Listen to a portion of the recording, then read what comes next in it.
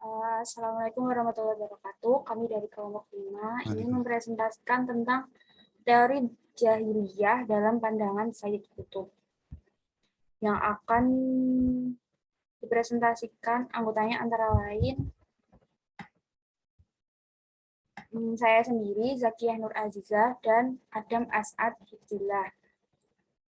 Untuk presentasi yang pertama akan dipresentasikan oleh Mas Adam. Monggo Mas Adam. Oke, siap. Yang pertama, saya akan membacakan yang pertama saya bacakan kelahiran Said Qutb. Nama lengkapnya Said Qutb adalah Said Qutb Ibrahim Hussein Asyazili. Beliau lahir di desa Mausyah, Provinsi Asyut di negara Mesir pada tahun 1906. Ayahnya yang bernama Ibrahim Hussein Asyazili, ia adalah seorang petani yang terhormat dan ia juga termasuk anggota Partai Nasionalis. Dan Said Qutb terlahir di keluarga yang religius dan daerahnya pun masih kental dengan tradisi agama sehingga ia memiliki kecerdasan di bidang agama. Ia juga sudah menghafal Al-Quran pada usia 10 tahun. Riwayat pendidikan. Said Qutb menempuh pendidikan dasar di desanya selama kurang lebih 4 tahun. Pada usia 13 tahun, Qutb telah lulus pendidikan dasar dan melanjutkan di Helwan, daerah pinggir Kairo. Ia tinggal bersama pamannya yang bernama Ahmad Hussein Utsman. Ia adalah seorang jurnalis handal.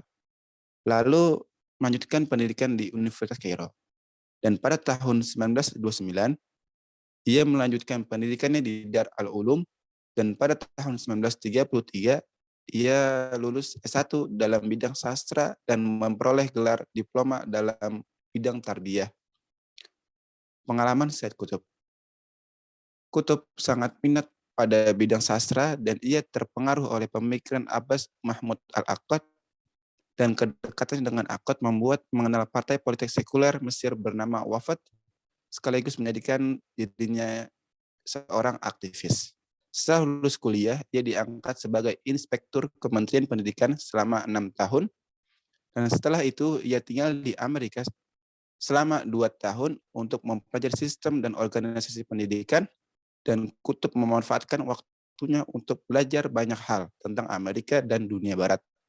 Ia harus membagi waktunya untuk studi antara Wilson Teacher College di Washington, Greeley College di Colorado, dan University of California. Kembalinya dari Amerika ke Mesir, ia bergabung dengan organisasi Ikhwanul Muslimin dan disinilah ia mengaktualisasikan dirinya. Dan pada tahun 1951, pemerintah Mesir mengeluarkan surat edaran tentang larangan dan pembubaran Ikhwanul Muslimin. Saat itu Qutb menjadi anggota panitia pelaksana program dan ketua lembaga dakwah.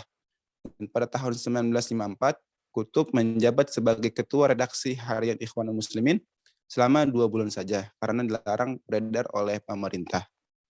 Dan pada tahun yang sama, Qutb mengkritisi perjanjian yang terjadi antara Mesir dan Inggris.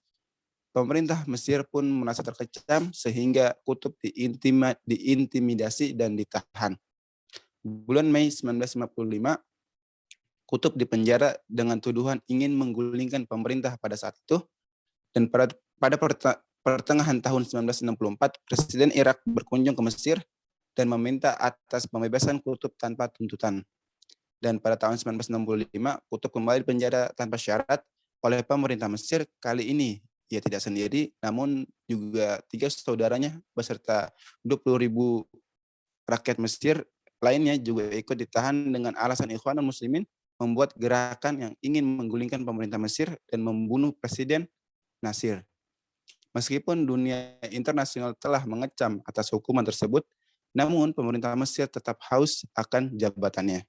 Dan pada tahun 1969, Qutb dieksekusi mati. Sebelumnya ia menulis coret-coret sederhana tentang pertanyaan dan pembelaannya yang sekarang telah dijadikan buku yang berjudul Mengapa Saya Dihukum Mati.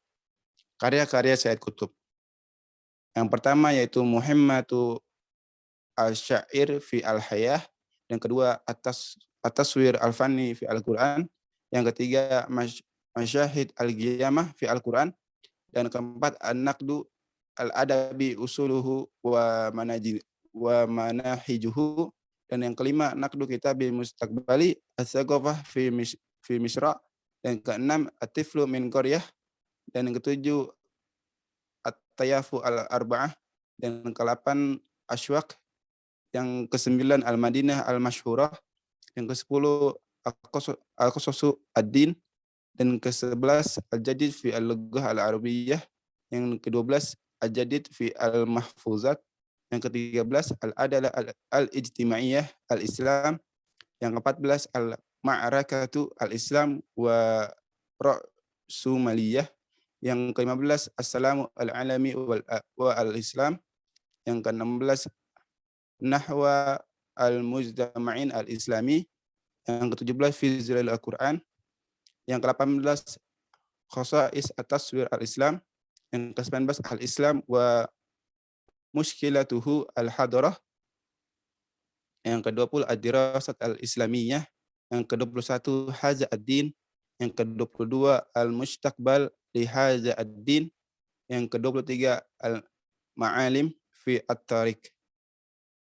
Dan dilanjutkan oleh Mbak Zakiyah. Silakan. Oke, suara udah kedengeran belum? Kedengeran. Oke, di antara karya-karya dari Sayyid Qutb yang paling terkenal adalah Tafsir fi Zilalil Quran. Nah, latar belakang penulisan Tafsir fi Zilalil Quran. Kitab ini bermula dari permintaan Dr. Said Ramadan, seorang rekan Sayyid Qutb sendiri sebagai redaksi majalah Al-Muslimun. Nah, majalah itu berisi tentang tulisan para pembaharu Islam. Penulisan Tafsir fi Zilalil Quran mulai pada tahun 1953 sampai 1962. Dalam penulisannya ini terdiri 3 tahap, dilakukan dalam 3 tahap, antara lain.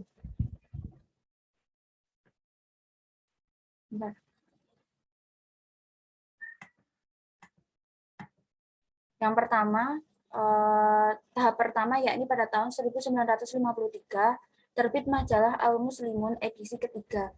Qutb menerbitkan tafsirnya dari surah Al-Fatihah sampai surah Al-Baqarah sebanyak 7 episode dalam 7 edisi secara berurutan. Kemudian tahap kedua menjelang penahanan, yaitu terjadi saat menjelang penahanan Qutb di ujung episode ke-7. Ia mengumumkan untuk berhenti menerbitkan tafsirnya di majalah Al-Muslimun dengan maksud untuk menerbitkannya secara utuh yang akan diterbitkan oleh Dar Ihya Al-Kutub Al-Arabiyah. Ia menerbitkan paling tidak 1 juz setiap 2 bulan. Nah, pada periode antara Oktober 1952 dan Januari 1954, ia telah menerbitkan sebanyak 16 juz kitab tafsir fi Zilalil Quran. Tahap ketiga, yakni Qutb menyelesaikan tafsirnya di dalam penjara. Kemudian bentuk penafsirannya. Bentuk penafsiran dari tafsir fi Zilalil Quran adalah tafsir bi al-Ra'i. Karena di mana Qutb lebih cenderung menafsirkan Al-Quran dengan pemikiran dan pemahamannya. Selain itu juga memuat pemikiran sosial masyarakat dan kecintaannya pada sastra yang lebih menonjol. Kemudian untuk corak penafsiran dari tafsir fi Zilalil Quran lebih cenderung pada al-adabi al-ijtimai, yakni budaya, sastra, dan kemasyarakatan. Hal ini sesuai dengan latar belakang Sayyid Qutb sendiri, yakni seorang sastrawan. Kemudian metode penafsiran dari tafsir fi Zilalil Al-Quran menggunakan metode tahlili, yaitu sebuah metode penafsiran ayat-ayat Al-Quran dengan cara memaparkan segala aspek yang terkandung di dalam ayat-ayat yang ditafsirkan, karena berusaha untuk menerangkan makna-makna yang tercakup di dalamnya dari berbagai sudut pandang atau dari berbagai segi. Kemudian selanjutnya, teori jahiliyah dalam pandangan Sayyid Qutb. Kata jahiliyah sendiri berasal dari kata jahala, yang merupakan lawan kata dari kata ilm, yakni kasar tabiatnya, bersikap tidak ramah, berpaling dari atau menjauh, dungu, tolol, bodoh, dan naik darah, hamuqa. Dalam Al-Quran, makna jahiliyah pada periode Makkiyah cenderung digunakan dalam arti tidak mengetahui, atau lawan kata dari ilm yang berarti mengetahui. yakni berarti jahil, bodoh, dan tak berpengetahuan. Sedangkan pada periode Madaniyah dimaknai dengan jahil atau orang yang tidak tahu, seperti yang tercantum dalam Quran Surah Al-Baqarah ayat 67 dan 273. Kemudian An-Nisa ayat 17, kemudian ada Surah Al-Hujurat ayat 6. Menurut Said Qutb, pada ayat-ayat tersebut, makna jahil adalah orang-orang yang bodoh dan tidak paham kekuasaan Allah, serta tidak mengerti adab dan sopan santun. Kemudian, selain itu juga bermakna tentang sesuatu yang bertentangan dengan ajaran agama atau menggambarkan situasi bangsa Arab yang mengabaikan nilai-nilai agama karena dorongan nafsu mereka seperti yang terungkap dalam Surah Al-Imran ayat 54, Al-Ahzab ayat 33, Al-Maidah ayat 50, dan Al-Fath ayat 26. Nah, konsep jahiliyah menjadi ide pemikiran Said Qutb yang pertama setelah sekembalinya beliau dari Amerika Serikat. Dengan pengamatan yang ia lakukan di Amerika Serikat, ia memberi gambaran perbedaan antara masyarakat jahiliyah dan non-jahiliyah. Nah, menurut pandangannya, masyarakat non-jahiliyah adalah masyarakat Islam itu sendiri. Kemudian, sedangkan masyarakat jahiliyah adalah masyarakat yang karakteristiknya mirip dengan masa jahiliyah pra-Islam, seperti suka berjudi, minum minuman keras, seks bebas, dan lain-lain. Nah, Said Qutb menyebut kondisi jahiliyah pada masanya dengan jahiliyah modern. Menurutnya, kondisi jahiliyah tidak hanya ditujukan pada bangsa Arab pra-Islam, akan tetapi juga merupakan masa di mana kondisi umat Islam menyeleweng dari ajaran Islam.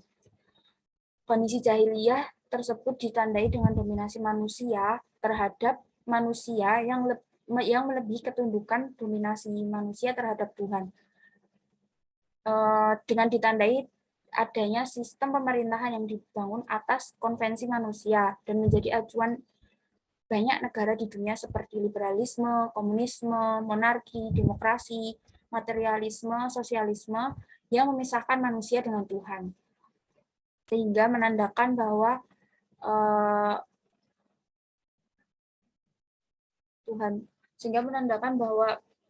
saat itu konsep saat itu pemerintahan pada saat itu dipisahkan dari konsep Tuhan. Kemudian wujud dari jahiliyah modern menurut Said Qutb antara lain yang pertama, nasionalisme yang menganggap negara sebagai nilai tertinggi. Yang kedua, wujudnya komunisme yang tidak mengakui keberadaan Tuhan. Dan yang ketiga, demokrasi manusia merampas kedaulatan Tuhan. Kemudian, jahiliyah pada masa tersebut justru lebih buruk daripada masa Nabi yang bersifat kebodohan, akan tetapi bersifat pemberontakan pada Tuhan, sehingga menggantikan prinsip Islam yang sebelumnya Tuhan sentris menjadi manusia sentris. Maka dari itu, Said Qutb sangat anti terhadap hegemoni dunia barat. Mungkin hanya itu presentasi dari kami kelompok 5. Kami mohon maaf apabila terdapat banyak kesalahan dalam materi yang kami sampaikan. Sekian presentasi dari kami. Wassalamualaikum warahmatullahi wabarakatuh.